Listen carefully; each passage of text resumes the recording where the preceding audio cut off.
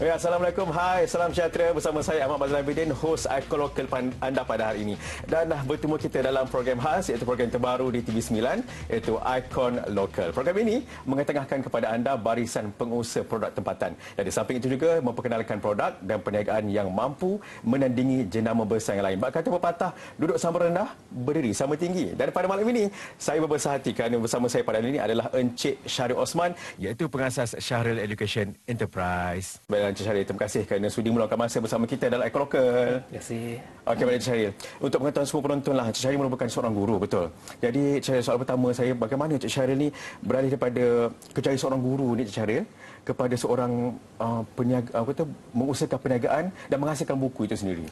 Okey, baik. Terima kasih atas soalan. Okey, sebenarnya saya membuat satu perubahan yang besar bagi diri saya, di mana saya beralih arah daripada bekerja sebagai seorang guru bahasa Melayu, kemudian berpindah ke bidang lain iaitu bidang perniagaan.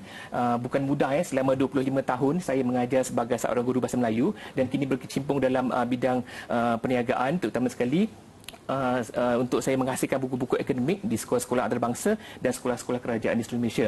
Okey, saya beralih arah ni sebenarnya saya memikirkan saya mempunyai kapasiti kemampuan yang lebih besar sebagai seorang guru bahasa Melayu untuk saya buat lebih, untuk saya sumbangkan lebih kepada anak bangsa saya, di mana saya tak nak terikat sebagai guru bahasa Melayu yang biasa-biasa saja, tapi saya nak menghasilkan suatu sumbangan yang besar di mana saya menjadi seorang penulis buku, buku akademik. Saya menghasilkan sebanyak lebih 127 buku akademik untuk sekolah-sekolah antarabangsa dan sekolah kerajaan.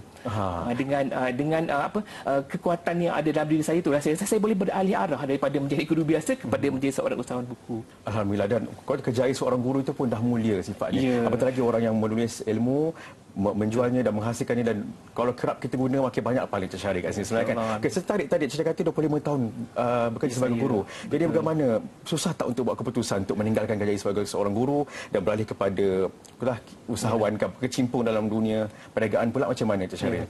Sebenarnya memang sukar pada mulanya saya nak mengambil keputusan untuk menceburkan diri dalam perniagaan, dalam bidang penulisan buku akademik, seterusnya menjadi seorang usahawan buku. Saya mengambil masa yang nak katakan tak begitu panjang masa saya buat keputusan untuk terjun dalam bidang perniagaan. Sebab pada ketika itu saya rasa saya dah terlebih banyak buang masa saya, umur saya, tahun. Jadi saya tak fikir panjang, saya cuma fikir dua perkara saja masa tu. Sebab saya fikir saya nak buat perniagaan ini atau mati. Mati itu maksudnya saya bekerja sebagai seorang gurulah selama-lamanya. Jadi dua perkara itulah yang menguatkan saya untuk saya buat juga bidang perniagaan buku akademik ini untuk para pelajar yang berada di sekolah kerajaan dan sekolah-sekolah antarabangsa. Itu dia, mungkin penonton luar sana boleh juga terinspirasi dengan titik tolak pada itulah kan kita Encik Syahril punya kejaya sebagai seorang guru dan kemudian beralih kepada seorang usahawan. Dan bercakap pasal buku ni Encik Syahril kan, berapa banyak dah buku ni, saya baca banyak ni, berapa banyak? Ya, betul. Jumlahnya sebenarnya. Okey, jumlah keseluruhan buku yang saya hasilkan ialah sebanyak 127 buku. Dan buku-buku ini saya hasilkan sebenarnya mulai tahun 2017. Tapi saya tak jadi usahawan lagi. Saya hanya menulis sebagai hobi. Kemudian baru 2 tahun ini saya mengetengahkan buku-buku yang telah saya simpan sekian lama dan terhasillah 127 buah buku pada tahun 2023 ini. Oh, ya. Okey, baiklah Encik Syahril. Kalau boleh dikongsikan sikitlah Encik Syahril kan. Banyak-banyak buku Encik Syahril ni kan. Encik Syahril hasilkan untuk menjurus kepada golongan macam mana? Peringkat apa sebenarnya? Okey, baik. Buku-buku saya ni pada mulanya saya hasilkan untuk para pelajar sekolah antarabangsa di Malaysia sebab saya mengajar di sekolah antarabangsa belasan tahun juga. Jadi masa tu saya tak ada material untuk mengajar dan buku-buku ni sangat sedikit di pasaran. Jadi saya menghasilkan buku-buku ini sedikit demi sedikit dan pada mulanya saya menjuruskan kepada sekolah-sekolah antarabangsa di seluruh Malaysia. Tapi sekarang saya dah mengembangkan sayap saya dengan meluaskan lagi penggunaan buku-buku ini, di mana buku-buku ini bukan sahaja terhad kepada para pelajar di sekolah antarabangsa tetapi juga boleh digunakan oleh para pelajar di sekolah jenis kebangsaan SK, SJKC dan SJKT. Okey, boleh share kan. Kalau kata buku ni boleh kita gunakan pada semua peringkat rendah dan juga menengah contohnya kan. Jadi apa sebenarnya kelebihan dan keunikan buku-buku ni berbanding dengan buku-buku di pasaran di luar sana? Okey, baik. Antara kelebihan dan keunikan buku-buku yang saya hasilkan ini, sebenarnya saya membangunkan modul pembelajaran bahasa Melayu yang saya ambil daripada Cambridge punya kaedah pengajaran dan pembelajaran.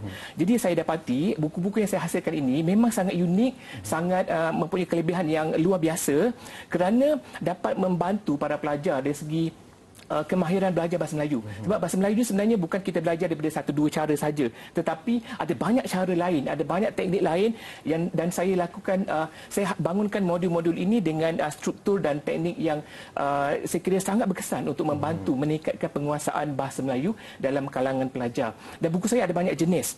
Dari segi keunikan dan kelebihan itu, saya membangunkan modul seperti kemahiran mendengar, kemahiran buku listening, kemahiran bertutur, speaking, juga ada Malay writing.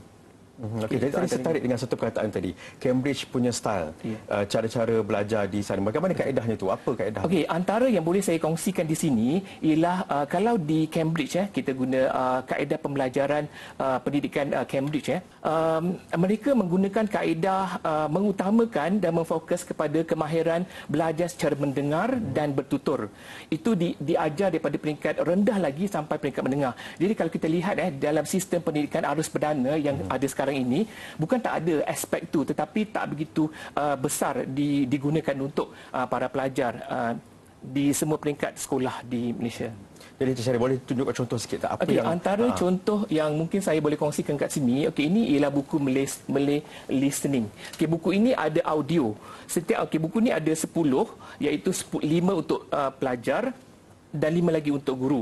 Buku ini ada audio di mana guru-guru yang mengajar menggunakan buku-buku saya ini memainkan audio di dalam kelas dan pelajar-pelajar menjawab soalan dengan mendengar sahaja. Menjawab soalan yang ada dalam buku ini dengan mendengar saja. So itu adalah kemahiran mendengar yang saya hasilkan untuk buku ini. Kemudian ada juga buku speaking. Buku speaking yang berwarna kuning ini ialah buku speaking.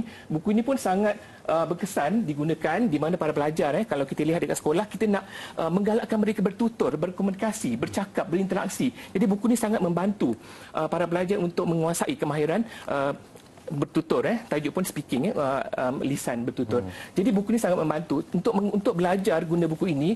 Guru-guru mestilah memudahcarakan pelajar untuk belajar menggunakan buku ini. Kena ada 2 orang atau lebih.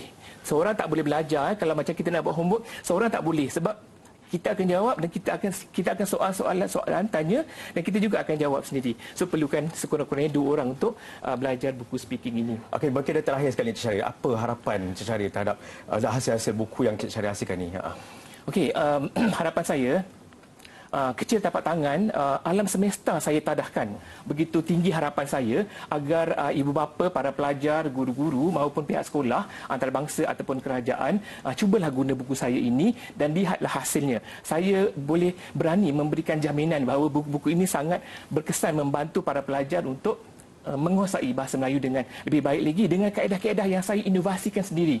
Dan saya rasa mungkin rakan-rakan seperjuangan saya yang lain boleh membangunkan modul pembelajaran masing-masing mengikut subjek-subjek yang menjadi kepakarannya. Dan saya telah menonjolkan diri saya. Saya rasa dekat Malaysia ni mungkin tak ramai kot orang macam saya, seorang guru genuine yang boleh menghasilkan sebanyak 100 lebih buku untuk kegunaan para pelajar sekolah antarabangsa dan sekolah kerajaan di seluruh Malaysia.